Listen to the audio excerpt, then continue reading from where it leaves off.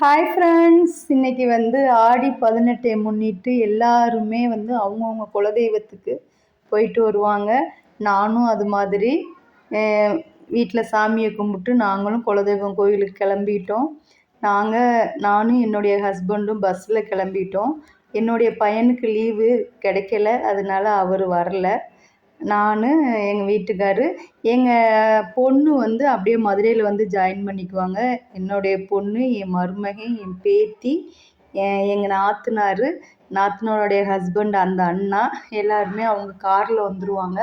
அப்படியே குரு தேட்டர்கிட்ட எங்களுக்காக வெயிட் பண்ணுவாங்க. நாங்கள் அங்கே போய் இறங்கி அப்படியே அவங்களோட பிக்கப் பண்ணிவிட்டு காலை டிஃபனை அப்படியே சாப்பிட்டுட்டு அவங்க சாப்பிடுவாங்க. நாங்கள் விரதம்.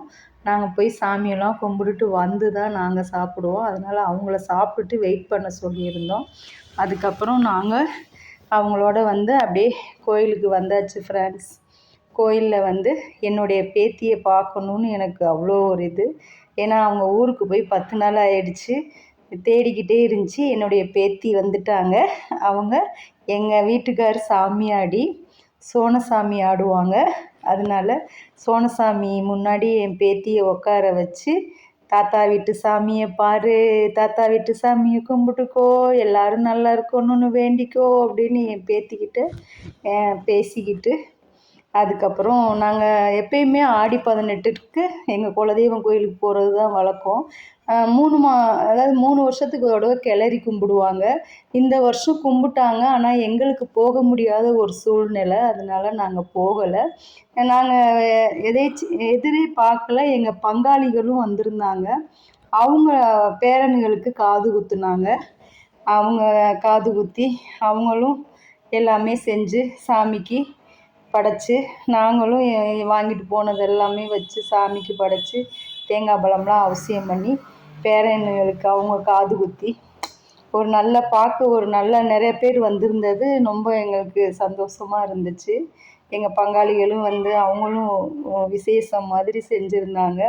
பிள்ளைங்களுக்கு காது குத்தி எல்லாம் பண்ணி, அப்புறம் என் வீட்டுக்காரர் தான் சாமியாடி அதுக்கப்புறம் எல்லாத்துக்குமே தேங்காய் பழம் அவசியம் பண்ணிவிட்டு எல்லாத்துக்கும் திணறு வைப்பார். என் வீட்டுக்காரு திணறு வச்சு எல்லாருமே காலில் விழுந்து ஆசீர்வாதம் வாங்குவாங்க. இந்த சாமி எங்கள் கோயில் எங்கே இருக்குதுன்னு பார்த்தீங்கன்னா, விருதுநகர் மாவட்டம் காரியாப்பட்டி தோப்பூரில் இருக்குது எங்கள் சாமி. எங்கள் சாமியோடைய பேர் அடைக்கலங்காத்த ஐயனார், கருப்பசாமி, சோனசாமி, இருளாய் அம்மன், இவங்க எங்கள் சாமி. அப்புறம் ராக்காச்சி அம்மன் இருக்காங்க. என்னுடைய மாமியார் இருளாய் சாமி ஆடுவாங்க. அதுக்கு இந்த சாமி சோனசாமி எங்கள் மாமியாரோடைய அவங்க மாமனார் ஆடின சாமி. அதை எங்கள் வீட்டுக்காருக்கு இறக்கி விட்டு எங்கள் வீட்டுக்காரு கிளறி கும்பிட்றப்பெல்லாம் சாமி ஆடுவாங்க. அது ரொம்ப பயங்கர விசேஷமாக இருக்கும். அப்போது நான் அவங்களுக்கு கும்பிடும்போது நான் வீடியோ எடுத்து போடுறேன். இப்போது ரொம்ப ஒரு சந்தோஷமாக இருந்துச்சு இந்த வருஷம்.